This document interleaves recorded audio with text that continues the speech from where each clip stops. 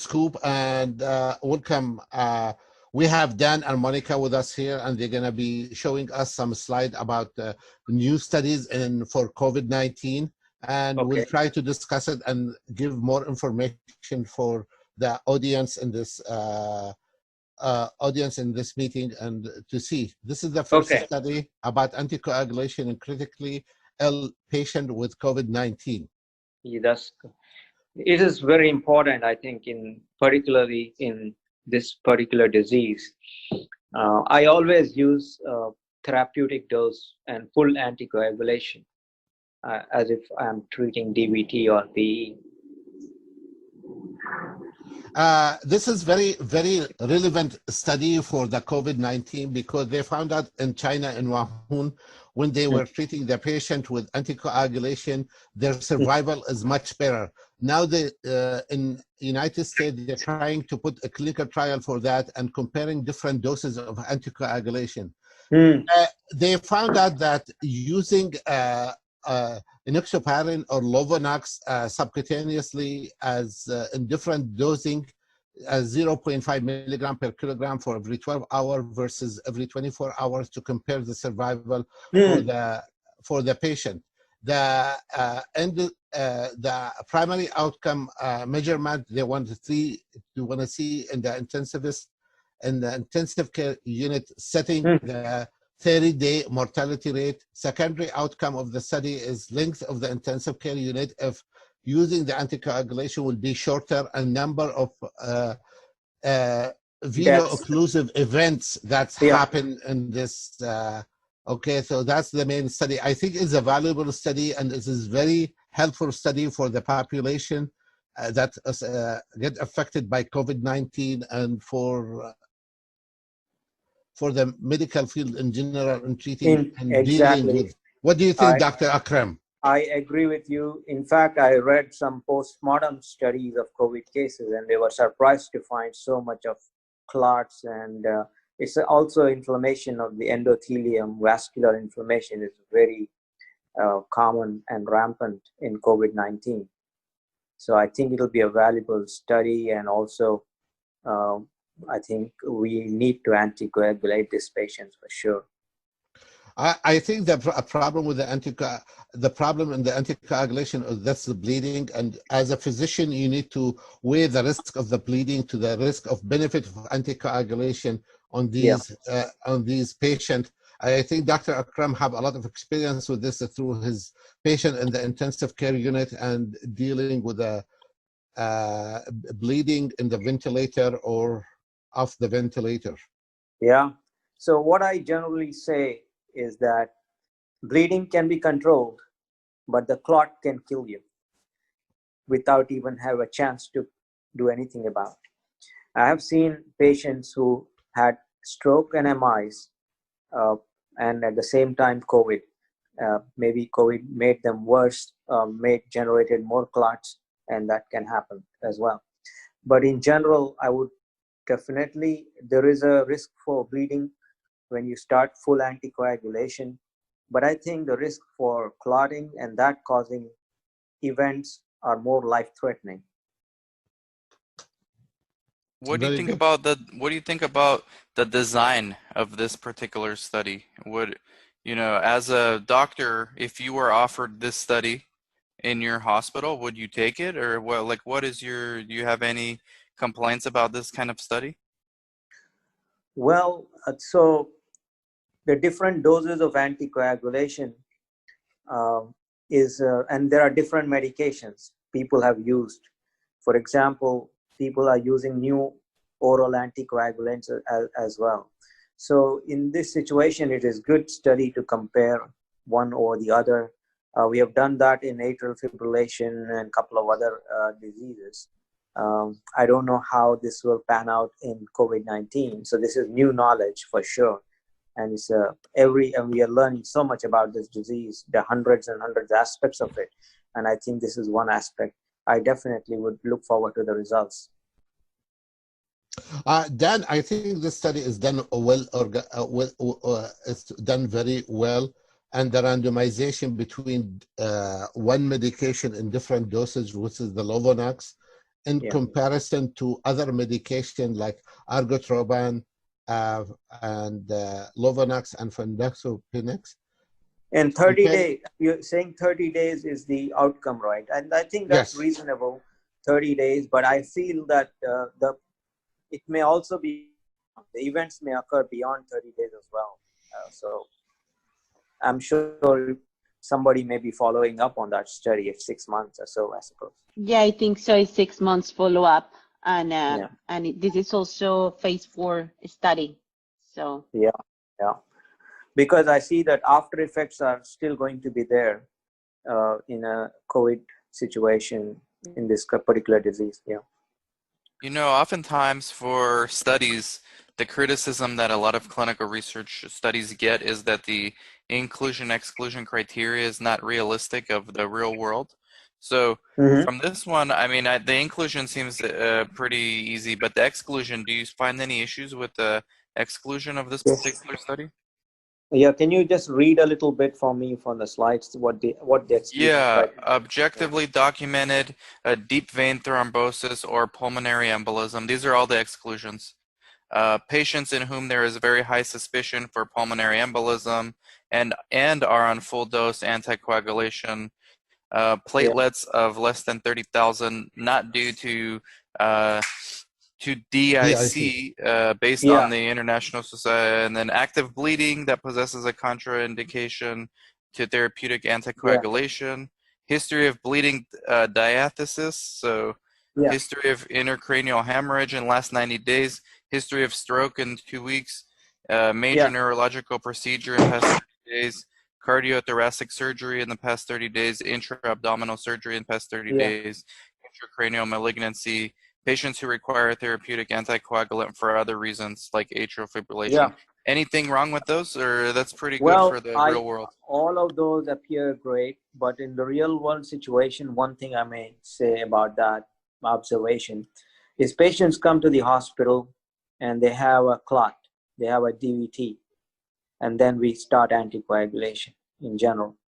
So what you're doing when you exclude those is kind of slightly more, you're trying to show that you have to prevent the DVT events. So that decreases I think the power, you might have to have a power of the study might be decreased. You might have to have a number of patients you might need more. So if you include the patients who have a DVT, it's okay to me. It's not bad, because once you start heparin, Lovenox, immediately the clot stops growing, and that itself is a proof that it's working. And I would not have worried if they included some patients with DVT, but it just decreases the strength of the study and a lot of number of people that we may need to prove that. Yeah, see, it's not that surprising. We'll go to the next study, but it's not that surprising because that's one of clinical research's biggest criticisms is the inclusion-exclusion criteria is not reflective of the real world. And so a lot of new doctors, when they're new to research, they always tell the sponsor, we can enroll 100 patients, because they don't pay attention to inclusion-exclusion. And then when they're doing the study, that 100 patients becomes 5 patients. And now the sponsor is worried why they're not enrolling more. And so this is the problem. Everything else is all we do except one of that, but that's my observation. That will help. That will kind of make it more difficult for you to really prove at the end. So. Yep. So Dr. Al, what can you see the screen here for this second study, or Monica? What do you guys think about this one? I asked Monica to read a little bit for me, but I can open up. This is a phase 2 trial of infliximab in coronavirus. Go ahead. Go ahead. I'm looking at it now. So. So this one is we hypothesized that early institution of TNF-A inhibitor therapy in patients with severe COVID-19 infections will prevent further clinical deteriorations. and reduce, one second. This part I can Yeah, I read think it. I'm back. My video was a This little one bit is off. only, Yeah. this one is interesting, only 17 participants they 17 want. pages, yeah. So interventional, this is only going to be one site. The other study was 180 patients, and only on one site. That was Cornell. We forgot to give them a mention. Cornell. This one is, anybody can contact them too. Their email is there. This one too. We can call Christian Lawler and ask him questions, but he's from Tufts Medical Center. So he's the contact, and the PI is Dr. Matthew at Tufts. What do you think about this, IE? Remind me again, infliximab is going against which medicine for now? Or is just, tell me a little bit about infliximab. All patients enrolled in this trial will be assigned to infliximab arm. Patients will be what treated. about the other control arm? They are going to compare two different doses of infliximab. Yeah, but what about infliximab alone versus tocilizumab or remdesivir? Is there anything else that is there to compare? No, Dr. Akram. No. Not in this study. No, not in this study. And they suggest that interleukin-6 or inhibitors or something decreases the inflammation and it might work. That's one. So mainly, Dr. Akram, they're looking for the oxygenation of the patient as the primary end result of the study. Outcome is the time to improvement of oxygenation, time from 28 days. By inhibiting the TNF alpha, I see. Exactly, as Remicade used. So, I have noticed that definitely when the COVID was at its peak, like in March and April, we tried everything, but the oxygenation did not improve, and a lot of the patients died. But there is definitely a time pattern which is slightly different from ARDS due to bacterial infections, other sepsis. Definitely, that may I think has changed now since we started remdesivir. So I'm just looking at it because this is such a fast-moving field right now because everybody is doing a study. So are we going to compare it with the historical controls? Are we going to compare with whom? I don't know, because previous ARDS has a different timeline of oxygenation improvement. So what do you think about this design of this study using Remicade by itself in different dosage for controlling the oxygenation or improving the oxygenation within 28 days of the patient hospitalization, who's on the ventilator or in acute respiratory, this ARDS, acute respiratory distress? But do we know that Remicade alone will improve oxygenation in COVID patients? And if it does, how long does it take? We don't know that. We don't have the baseline data, isn't it? I know, but as a TNF, tumor necrosis factor inhibitor, and affecting on the cytokine crisis that happened in COVID patient, they found some response in it, but they don't have enough data to say how long does it stay or how long does it last and does it improve, and that's what they're running the study. So now, is there objective data such as CRP? Has the CRP gone down with Remicade? Because I've seen that happen, but that still doesn't decrease the oxygenation though. I've seen many patients where CRP came down from 36 to 2.5, 4 almost, and then but the oxygenation did not improve.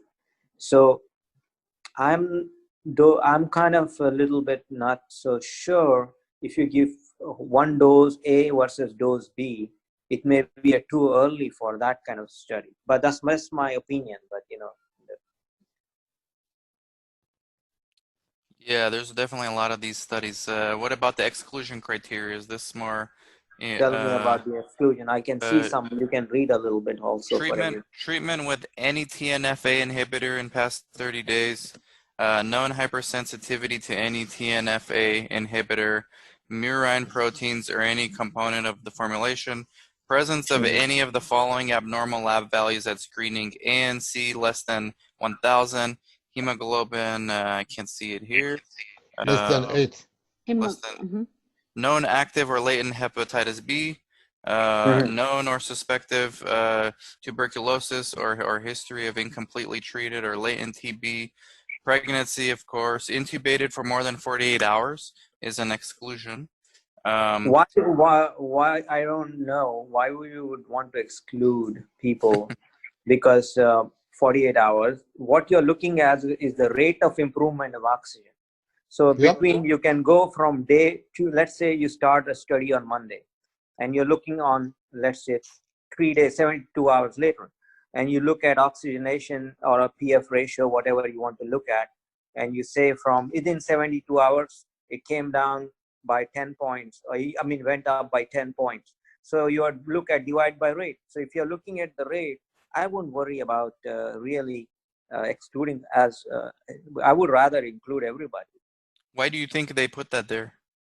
I don't know, because maybe they think that it is too much for inflammation and the patients are too sick for that, I suppose. But that's not what we're looking at, right? We're looking at the rate, and sicker the patient, it doesn't matter. It's just the rate. Maybe actually those are the patients that it may be beneficial actually.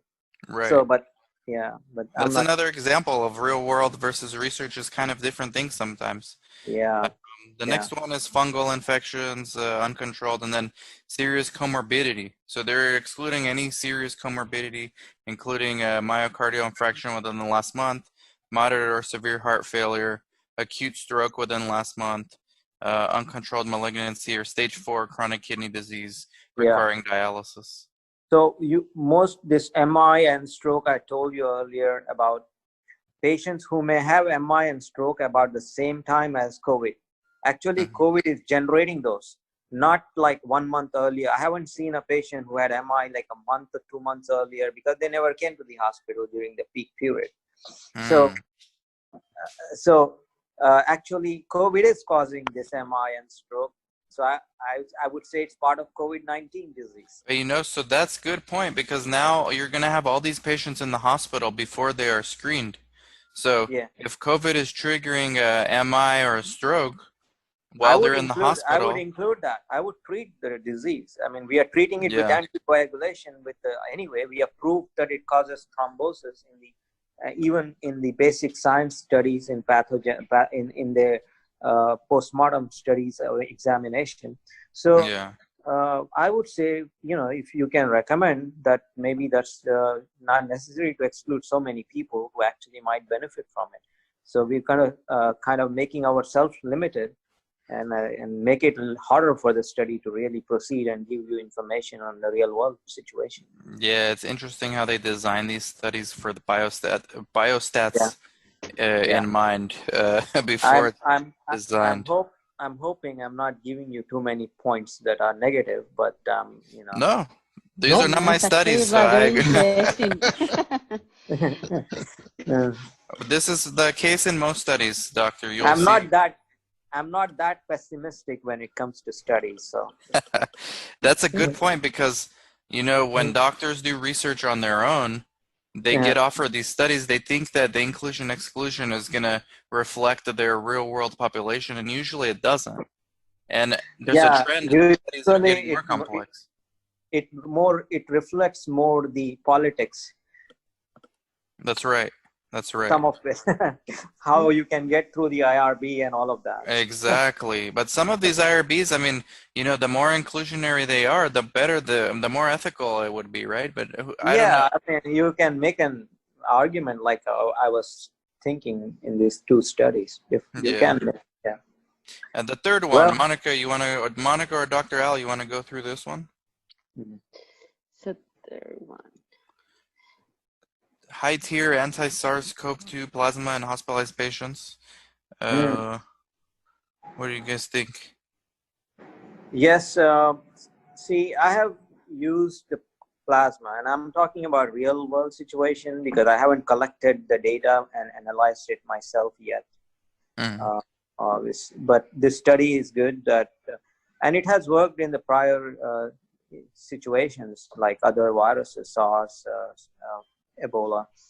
But the problem is we don't know when the COVID occurred, who gave the plasma, and we don't know how long the antibodies last, and we don't know how many antibodies that a person makes. You know what I mean? Mm-hmm. And all of those are variables. So I haven't found a consistent response after giving plasma.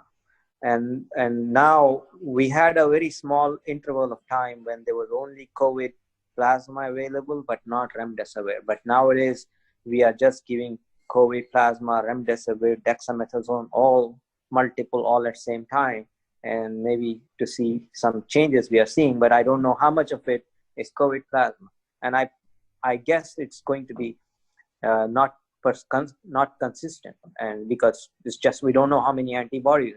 Some people may have only minimal antibodies, who knows, and they may not even survive. What do you think, Dr. Al, about this? I think it's already done in Wuhan, China, and they found that like a good response for the for this kind of serum plasma for the patient who's severely ill in the ICUs. But as Dr. Akram said, how much each patient can require and how much each body can produce. We are only giving two. And yeah. We don't know. And then a few days back, there was some investigation which suggested that the antibodies may be finite. So if somebody had an infection in January and he donated the blood in, say, April, I don't know if that has enough antibodies. But a lot of these are there. A lot of these real world challenges in actually identifying the quantitating the antibodies are there. So, but I would always add it. I don't stop it. Like I'm just giving it to everybody just because even if it gives an edge a little bit, like something, because it's proven to work in other viruses situations. So this is already being done outside of research, or you're doing this in the private setting? Yeah, I'm giving COVID plasma plus whatever are available. We are just piling up, adding on one after the other. Yeah. I think we're doing it in the community setting now for the patient that really severely ill, and if there is to see if there is any outcome we can get from them. It's not gathered data, or it's not something under clinical trial, but I think it's worth it because of this emerging field of COVID-19 now. And I was thinking, let's say like some people have ID like perfusion centers, like hematology have like infusion centers. I think we could do it in a patient who are less sicker. I don't know. I mean, that is something we can try. Dexamethasone plus COVID plasma, outpatient setting for a patient. Dr. Akram, I tried to do this in my clinic here, but it have a lot of regulation because it's a blood product. It have to go through a lot of outside the hospital. Have to go through a lot of authority to be approved. Okay, you need to be similar to blood bank unit to be able to do this in your clinic. But in the hospital, but in the hospital, because you already have license for blood bank, you can do it in the hospital as you're doing it now for COVID-19 patient in the intensive care unit. Right. Well, I'm using it. I think it works, but I cannot show you I cannot tell between the differences between when we were giving only COVID plasma plus the other medications. I didn't know how much was COVID plasma causing any. So nevertheless, I think I will use it. So this will be a study that you will be interested on doing, doctor? Regarding with COVID plasma? Yeah. I would be interested, but before that, I would like to do a little bit quantitative measurements of how much plasma, how much antibodies does that plasma have. Would it be fair to say that's what is needed? So what would be like your ideal? You're a hospitalist. I'm assuming your hospital, does your hospital do studies as well? We don't do the studies yet, but because of the COVID-19, we are interested in doing some. Okay. So we are What would working be on like that. for COVID-19, from all that you've done and seen so far, what would be your ideal study that you would be most interested in exploring further? Well, because of my interest in critical care that we were doing, I was interested in really seeing the changes in oxygenation and how we are changing that. That's one of the things that I was interested in. And there are a couple of things we've just begun to gather data, but we haven't really come across a study that is we get everybody together on the same page yet. So, but Yeah. I believe there are hundreds of aspects still unexplored in COVID-19, and people will be writing a huge book by the end of next year in 1 year. Yeah. So any study, even you can just pick one study and just look at, for example, just look at any system. For example, how it involves the brain. Somebody said there are 3 stages of involvement: stage 1, 2, and 3. And then some are now focusing, like 6 months later, there's still some cognitive changes. And then there are study on the heart. There's, it's the ACE inhibitor, the ACE receptors are extensively present in the lung as well as in the heart. So we could measure the cardiac index outputs. We could actually do some direct attack on the ACE and ARB inhibitors in the lung, which we haven't done at all. There is no way to. I have seen that so far we haven't really changed the way the lung appears on the X-ray because the inflammation we are not able to get rid of yet. So I don't know if there's something that we can do directly by infusion or doing some bronchoscopy and figuring out the quantitative amount of virus within the lung and how it can be directly attacked. So those are things that I have in mind, but right now I don't have any specific person or a group that came forward yet. So. Yeah. Well, maybe that's where Dr. Al and Monica and Republic of Research help out at some point. The goal is to help doctors do studies, make it easier for doctors to do studies. That's the mission. So, good. I think you guys have really good points. I am actually interested in doing such kind of clinical research, and so we'll be happy to continue and keep in touch and see where we can go. Absolutely. Yes. And we'll have you on again. We'll have you on again as well to discuss more about COVID and your experiences. Now we're in the middle of July for everybody watching later. So what do you think? Second wave coming, or what is your expectations here? Well, second wave will come. This particular virus is not just like flu. It's probably here to stay a little longer and may require multiple aspects, may require a treatment with multiple medications and attacking at different points of its life cycle. And so this is going to be a long-term situation. We'll see what happens. So. Okay. Thank you very much, Doctor. We appreciate it. Thank you, everybody, as well, Dr. Al, Monica. Thank you. All right, Monica. Dan, thank you, Monica. Thank you, Dr. Akram. We appreciate you guys. Have a Thank good you. day. Now I have